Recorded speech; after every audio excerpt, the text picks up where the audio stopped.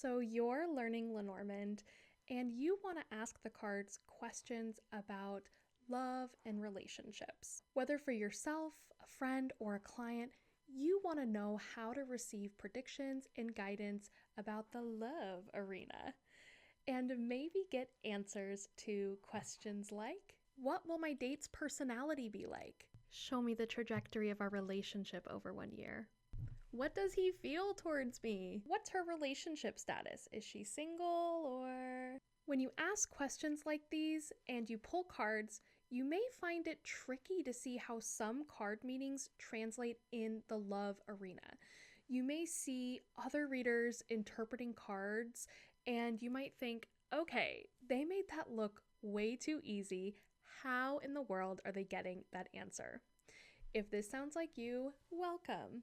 You're in the right place. You're also in the right place if you are pretty familiar with Lenormand and you just kind of want to see how another reader reads, or you want to expand your Lenormand vocabulary. Welcome. You are also in the right place. My name's Emily Rose. I'm a professional Lenormand and tarot reader. I also teach tarot readers and the mystically minded to read Lenormand cards like they're talking to a friend. And today we are going to practice card combinations in the context of love, and we are going to use one of my favorite Lenormand exercises of all time to do this. You're here and thinking, I don't even know what you're talking about. What are card combinations? Why do I need to learn it? Make sure to watch this video before you watch this one here, because I'm going to explain in this video how to read card combinations and also explain why they matter. And I'll introduce you to the exercise that we're going to build on here in this video. So watch that one if you want a full explainer. Otherwise, stick with me here in this video. For the world's quickest refresher for those that are here, card combinations are the building blocks of Lenormand. What I'm talking about with combos is just two Lenormand cards together. You read them together, you combine them so they create meaning. All longer spreads of Lenormand are card combinations strung together. In my opinion, this is one of the best ways to spend your time because you are going to be able to build anything with card combinations, including longer spreads like the box spread or the grand tableau. Also with Lenormand, the cards respond directly to the question that you ask, aka the context. That's why it's really important to practice reading Lenormand within varieties of context, because the meaning can change pretty significantly from one spread to the next, simply depending on context. The core essence of the card does not change, but there can be applications of a card that you might not have thought of before. And that is what we're here to do today, is to stretch your Lenormand vocabulary so you can read more confidently in the love context. So what will you need to do this exercise? So for this video here, you don't need anything. You can just follow along with me, practice with me. But if you want to do this exercise on your own, you will need any petite Lenormand deck. I use the Ronna George Lenormand. It's my favorite Lenormand deck of all time. I'm biased because she's my mentor. It's a fabulous deck. I'll link it down below. Additionally, you'll want to know what the cards generally mean, what the card essences mean. If you join my Lenormand mini course, it's totally free. You can find it at emilyrosedivination.com/mini course. And when you sign up for that mini course, you will be emailed a workbook that has a cheat sheet in it. You can use that to get the general essence of what the cards mean. I also have a ton of resources on my website, including all Lenormand card meanings. That will be linked down below, along with my YouTube playlist called Lightning Lenormand, which has every Lenormand card meaning there available as well. Make sure to stick around all the way to the end of this video, because I'm going to do a sample 5-card spread with you in the love context, so you can see what it looks like when cards are actually strung together. I have one last warning before we dive in, and that is Lenormand is very sassy, straight up to the point, so only ask questions you actually want to know the answer to. Let's go ahead and dive into our practice and learning to read card combinations in the love context. So this exercise that we're going to do is called the combo shuffle, but we're tweaking it to read each combo within a love context.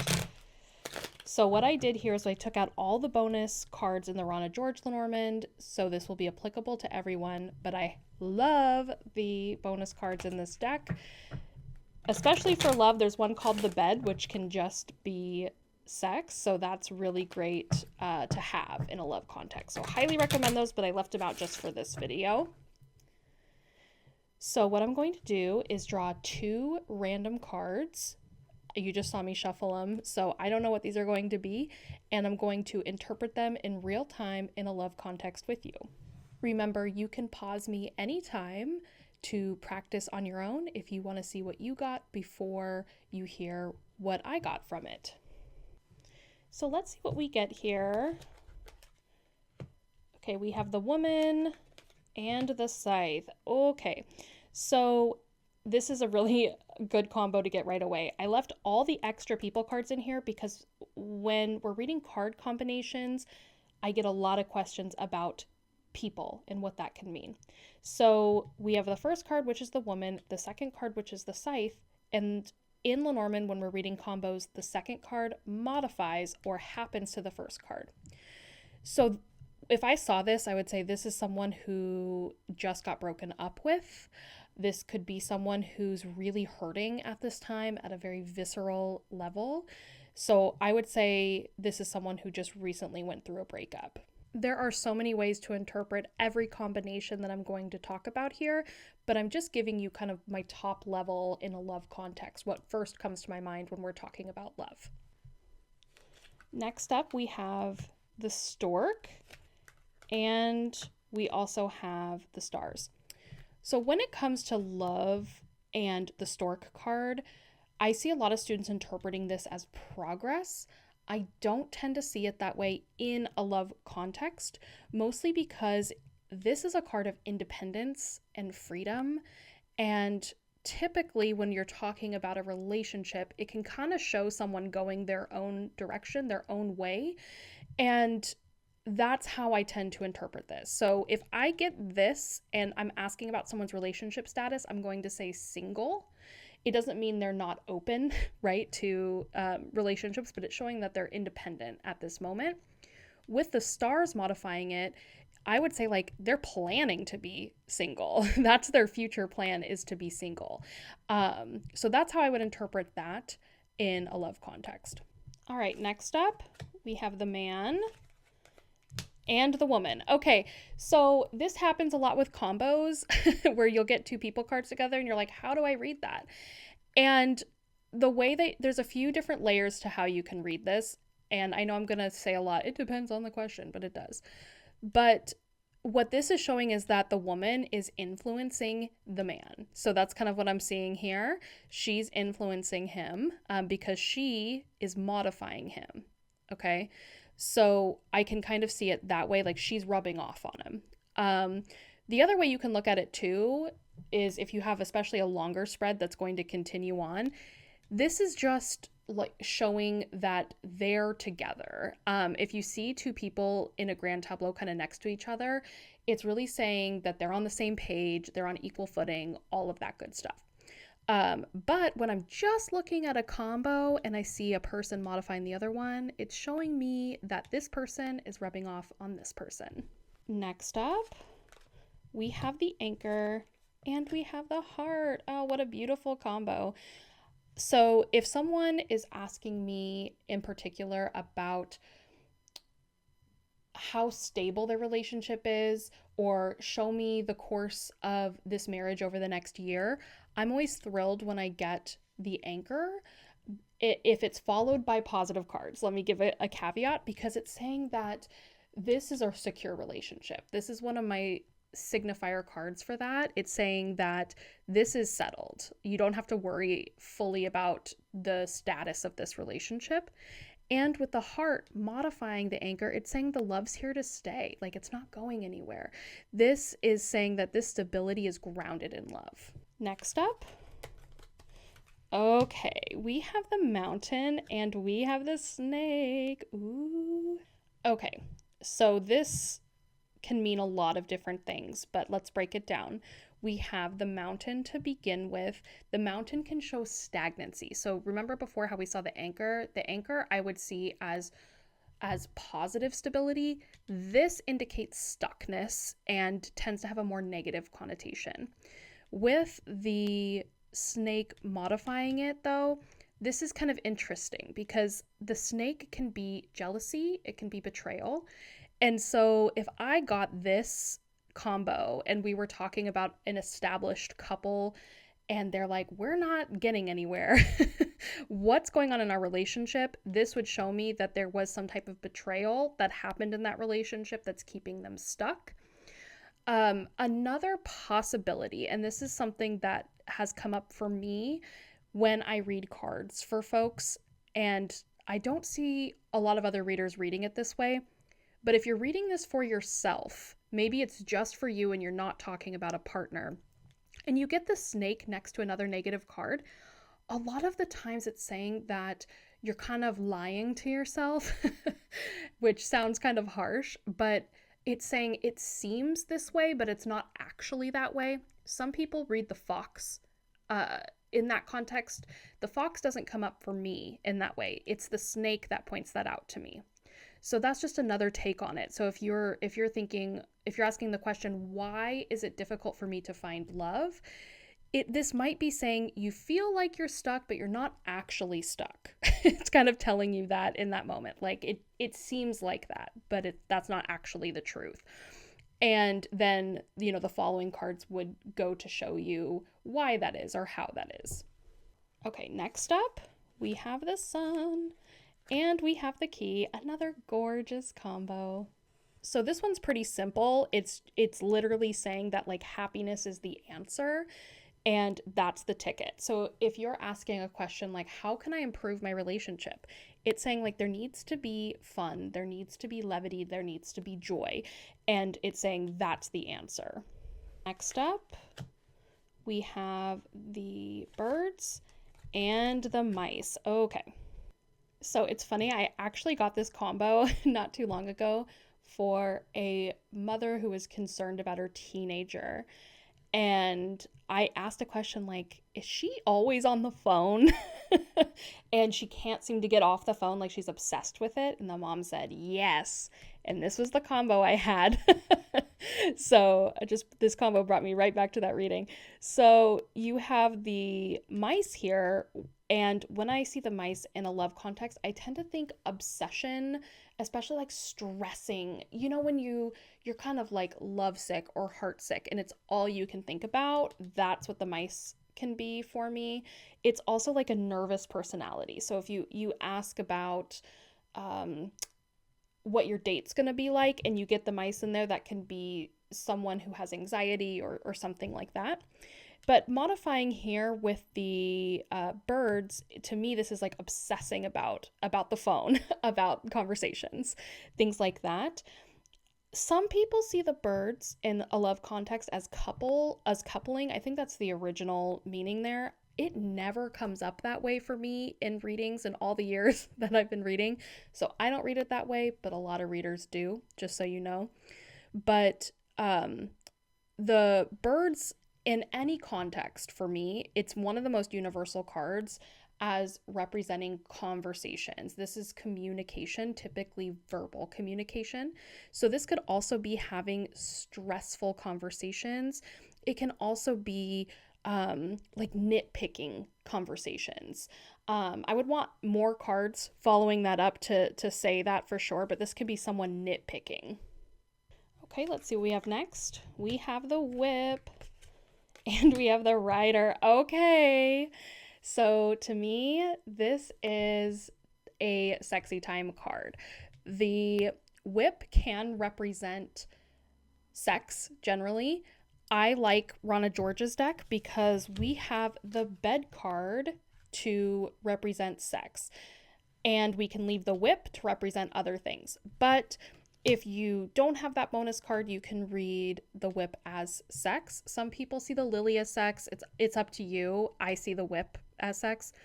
And then you have the writer following that. So to me, this is sexual activity. That's what I'm getting here. This is sexy time. And to me, it's this, even if it's this way, I would still read that as sexy time. This way, to me, the order doesn't matter for this particular combination in a love context. So I would see it that way. So yeah, that's how I would read it. Also, you can read this. I would want the birds next to it for the whip, but it's conflict. So this could be like arguing. And if we had the writer here, it's kind of like we're moving forward from arguing, right? We're moving forward from that. Next up, we have the fox. And we have the coffin. All I hear when I see this combo is quit playing games with my heart. So the fox is a card I typically do not like to see in a love context because it can mean manipulation. It also can mean having some type of ulterior motive. And that's something we don't like to see in a love context. If you've watched my other videos, you know I have a pretty favorable view of the fox in most contexts, not in all. I think it can mean strategy, being smart, being adaptable, but in a love context, I tend to see it as a negative. That being said, we have the coffin next to it. So whatever is to the left of the coffin is going in the coffin is the way that I think about it. It's kind of a quick cheat. So the way that I see that is that the games are over. That's how I would read that. Like the games are over. And then I'd want to see the following cards to see what happens next. Before we continue, I would love to know which cards tend to be the trickiest for you. I would love to do some videos on some of the trickier cards, and I would just love to know which ones are tripping you up. My tricky card when I was learning was the lilies, for sure. That was my trickiest card. So let me know what yours is in the comments. And here is our next combo. We have the tree and the ship. So if I saw this in a love relationship, I would say that the foundation of a relationship is shifting. That being said, these are both slow cards. The tree represents something that's staying put and is very strong, and the ship is something that's shifting or moving, and I could see this moving pretty slowly but consistently. So it's interesting because you have a movement card and a card that's kind of sticky where it stays in one place. So I would see it as the foundation of a relationship is shifting. Maybe what you initially connected on in a relationship, that is shifting. That's going somewhere new. This is very neutral to me, though. I'm not seeing it as a negative or a positive. It's just saying, hey, this connection that you have is beginning to shift. Next up, we have the house card and we have the child. So if someone asked me a question like, where does our relationship stand right now? And I got these two, I would say the house indicates stability for a relationship, but the child shows it's new and kind of delicate. So I would say your relationship's stable, but it's nascent. It's very new, and it's important, like, we don't get advice here, but I would get the sense like it's new, it's fragile. Another thing this could look like is typically like a new house. Like if you're thinking about moving in together, and we're asking about the future of a relationship, this could say a new place, a new house, which you already know most likely if you read Lenormand. So that's how I would interpret that. Another thing about the child, though, in a love context is that it can represent immaturity, and depending on the cards that surround it, you're going to want to see how that immaturity affects other things. Next to a secure card like this, though, to me, it kind of lessens the impact of that, and it can just simply mean new, right? But if you have negative cards, it can show immaturity, and also depending on the context of the question you ask, of course. Next up. Okay, so we have the clover and the tower. Okay, so we've brushed up against two very interesting cards in a love context. So first you have the clover. Now, when it comes to love, the clover is actually not my favorite card to see unless I have certain other cards following it. So the clover can mean a fling a lot of times. It's like a fling, it's kind of like a flash in the pan, right? and I want a sticky card next to it, like an anchor or a tower or something like that, to show that this is sticking around for longer. And we have that here, right? So we have the clover and then we have the tower. The tower is another interesting card in a love context because it can mean being isolated, but it can also mean formalizing something. It can mean bringing structure to something as well. So this one is very nuanced depending on your question with what it means and whether you have positive cards following it or negative cards following it or neutral. In this case, though, this would show me that a fling is turning into something more structured, more formal. So this fling is becoming something more substantial. All right, this is feeling a little lean. We're getting there. So let's see. We have the bear and the lilies. Okay. In a love context, for me, the bear almost always represents a huge personality of someone involved. It can also represent possessiveness and someone who is a little bit overbearing. It's a way of kind of thinking about it.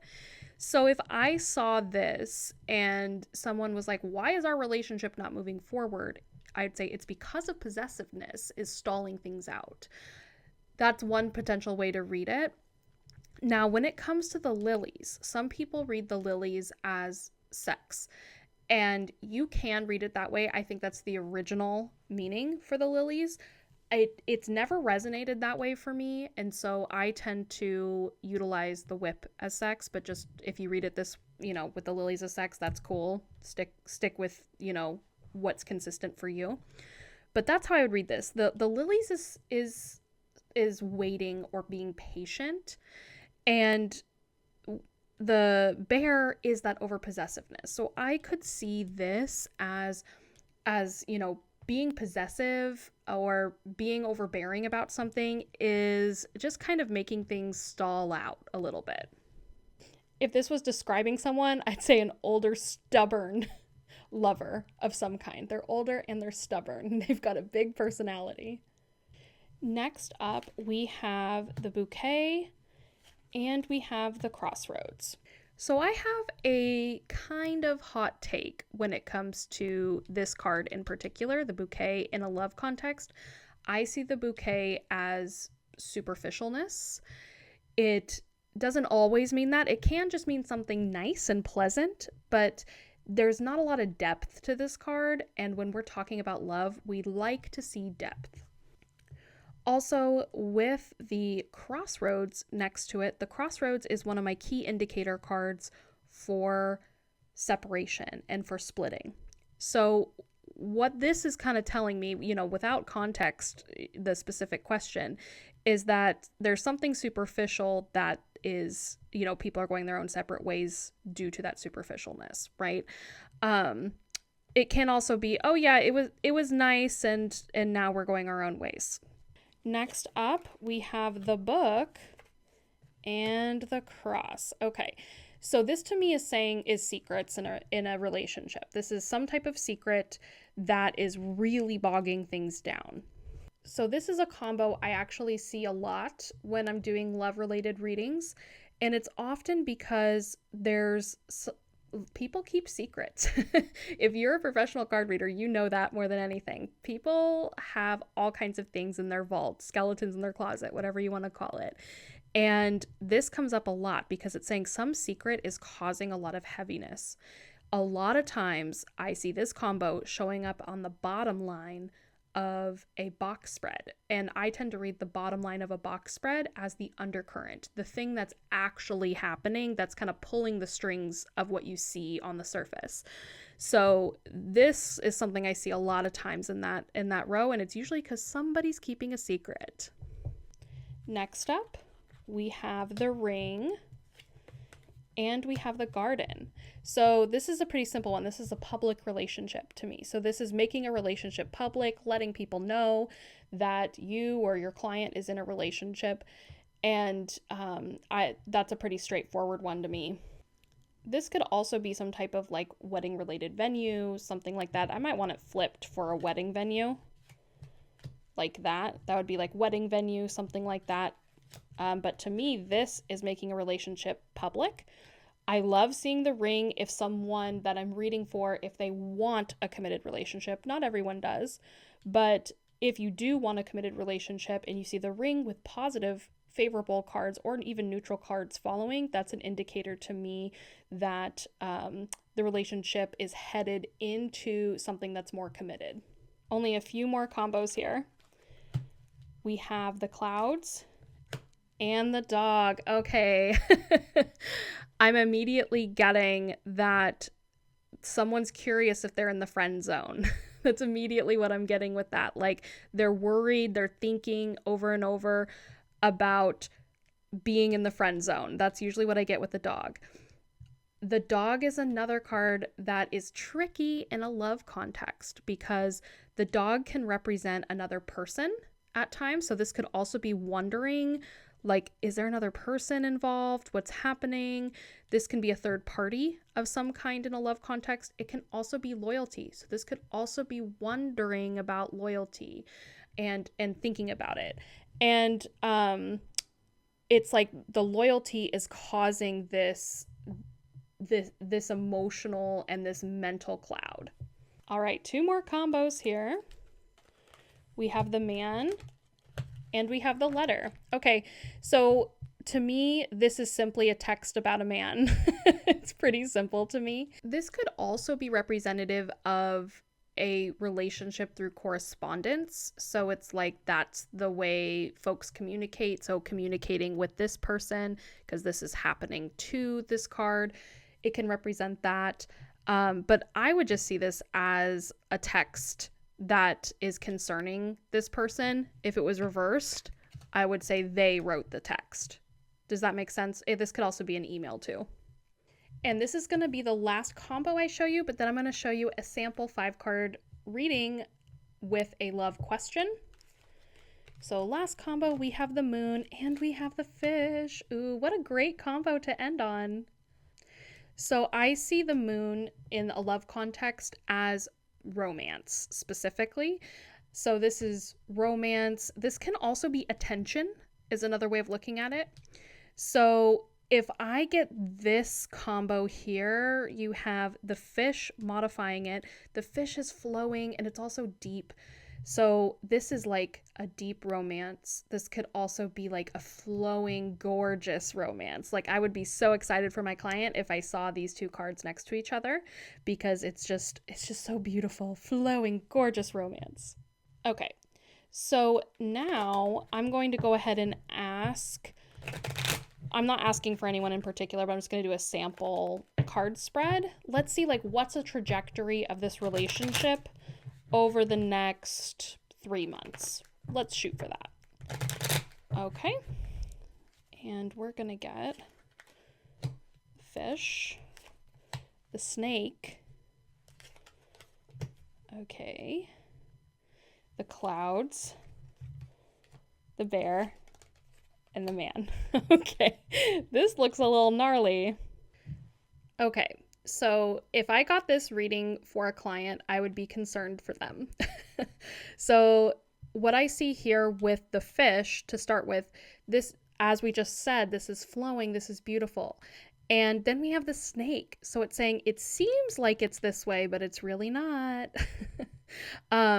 This could also be betrayal, like we talked about, but I'm just not quite getting that 100% with everything else that we have here. I would say it seems like this is going to be so beautiful and open and flowing, and the snake saying nuh-uh. So the first 2 cards are affirming our context here. So this is probably something the querent already knows. Then moving into the middle card of the clouds, this is kind of the heart of the matter. It's confusion. It's not knowing what's happening here. It's like, okay, I'm confused. I thought it was one way and now it's a different way.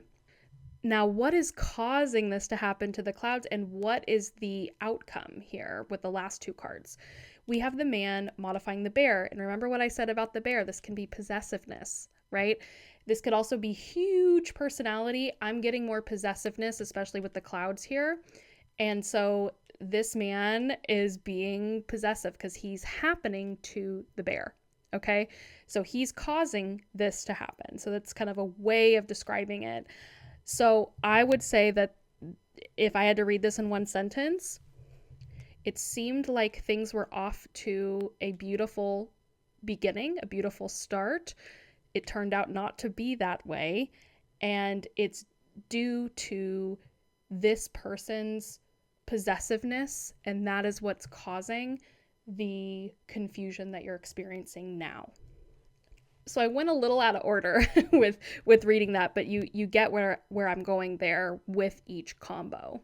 This to me with the clouds in the middle, I'd almost want the other partner card here. If I had the other partner card here, or if I had a partner card even just like somewhere up here, I would say that this could be some type of relationship where gaslighting is really present, especially with the clouds in the middle, because it's just saying like you're constantly questioning yourself, and the clouds to me is the most negative because of that. It really messes with the way it's talking about the way that you think and being kind of in this negative thought loop, and it's saying that he's contributing to that. So I could see this as gaslighting, but I would want the other person card there to tweak the question to talk about how someone is feeling in the relationship.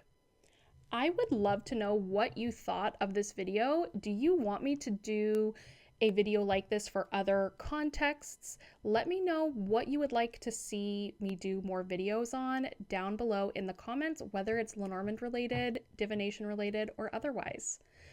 As always, don't forget to like, comment, and subscribe, and that's how you'll stay in the loop with the next videos that I put up. Thank you so much for watching, and I hope you have a divine time on your Lenormand journey. Bye!